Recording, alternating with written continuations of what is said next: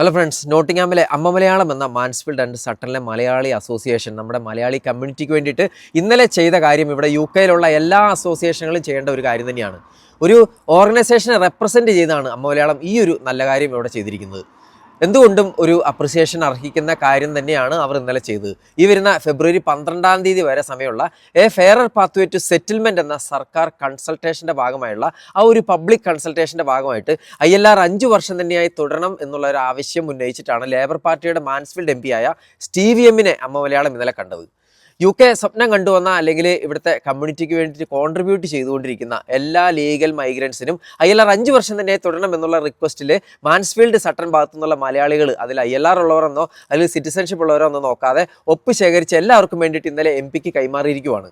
അത് home secretary Shabana മഹ്മൂദിൻ്റെ ശ്രദ്ധയിൽപ്പെടുത്താമെന്നുള്ള ഉറപ്പും കൂടെ അവർക്ക് MP അടുത്തു നിന്നും ഇന്നലെ കിട്ടിയിട്ടുണ്ട്.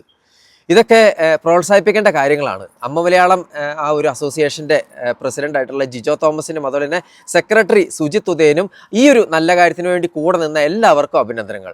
UK എത്ര അസോസിയേഷൻ ഉണ്ടെന്ന് നിങ്ങൾക്ക് അറിയാവുന്നതാണ്. അതിലൊരു 10 മലയാളി അസോസിയേഷനെങ്കിലും ഇതുപോലെയൊക്കെയുള്ള നല്ല കാര്യങ്ങൾ ചെയ്തു കഴിഞ്ഞാൽ അത് വലിയൊരു ശ്രദ്ധ നേടുന്ന കാര്യം തന്നെയാണ്. ഓണവും വിഷുവും അല്ലെങ്കിൽ ക്രിസ്മസും മാത്രം ആഘോഷിച്ചാൽ പോരാ, ഇതുപോലെയൊക്കെയുള്ള നമ്മുടെ സമൂഹത്തിന് ചെയ്യാൻ പറ്റിയ നല്ല കാര്യങ്ങൾ കൂടി ഇവിടുത്തെ അസോസിയേഷനുകൾ ഏറ്റെടുത്ത് ചെയ്യേണ്ടതാണ്. പറ്റുമെങ്കിൽ ഇവിടുത്തെ ലോക്കൽ കമ്മ്യൂണിറ്റിക്ക് വേണ്ടിയിട്ട് ചാരിറ്റി പ്രവർത്തനങ്ങൾ പോലെയുള്ള കാര്യങ്ങൾ കൂടി ചെയ്യുക. അതുപോലെ തന്നെ എല്ലാ അസോസിയേഷനുകളും അവരുടെ ലോക്കൽ MP നേരിട്ട് കണ്ടിട്ട് ആ ഒരു കമ്മ്യൂണിറ്റിക്ക് വേണ്ടിയിട്ട് സംസാരിച്ച് കഴിഞ്ഞാൽ എന്തെങ്കിലുമൊക്കെ മാറ്റങ്ങൾ നമുക്കിവിടെ കൊണ്ടുവരാൻ പറ്റുന്നതാണ്.